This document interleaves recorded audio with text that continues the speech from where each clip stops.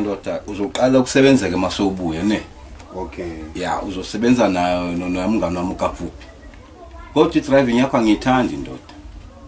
Lami linikeze ichance la uKaphuphi lo limtshela ukuthi anginikeze ichance. Nami ngikwazi ukuimprove. Ngoba eqinisweni imoto zangapha azifani lezangale ekhaya eZimbabwe. Azifani. Kodwa wena uthe ushayela musekhaya.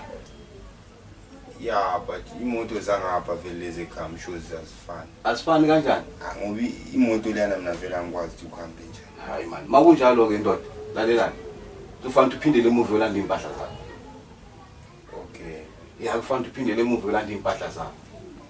Okay. Yabona. Uzothatha ke nansi manje ukulimali. Le mali engikunikeza yona akusukuthi umholo wakho. Ngiyakunikeza just for the pocket money yakho. Just ube name something ephaketheni lakho sazwana. Yeah, ngiyabuzwa. Yeah. Please man, please. Awuzami. Ngiyabonga pastor.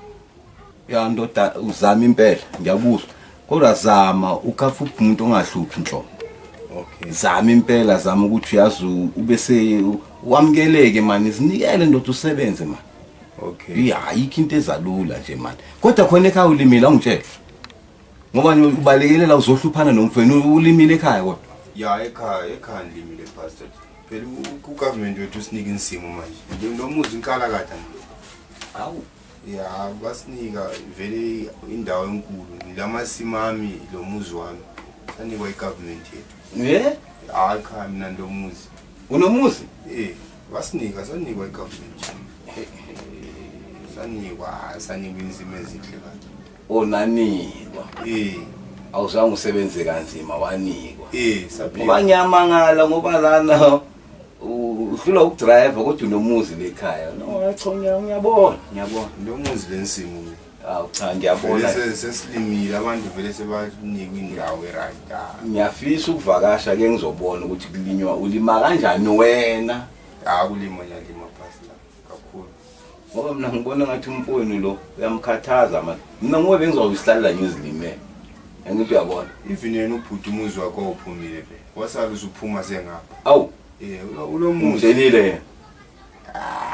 Uthi umtshela kuyafana pastor ngoba umuntu wakona uzilandelela umfazi. So la manje umfazi wakhe ngeke avuma umuntu ohlala lekhaya. Usabukulima na. Yeah, umuzi wakona umuntu usendaweni engathi ifundile. Hayi manje kushuta ngaya phela. Kodwa ubuthanga umtshela.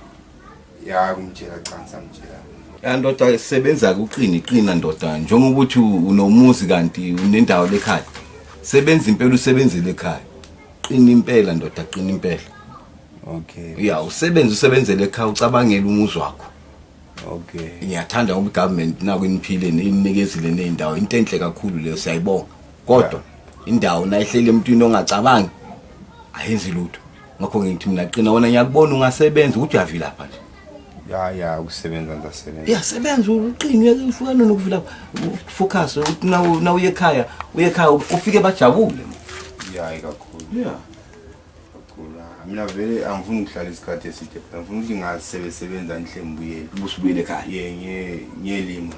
Ngihle ngiyakhe lo muzi wami. Hayi indawo enhle ivundile. Yeah. Hayi ivunde kakhulu. Amusho uma uhamba ungitshele ngizohamba nawe. Yeah, lapha kuvunde kakhulu. Go right ngihambe nawe. Ya singahamba. Ungathi uyangabazi. Singahamba. Okay. Singahamba. All right.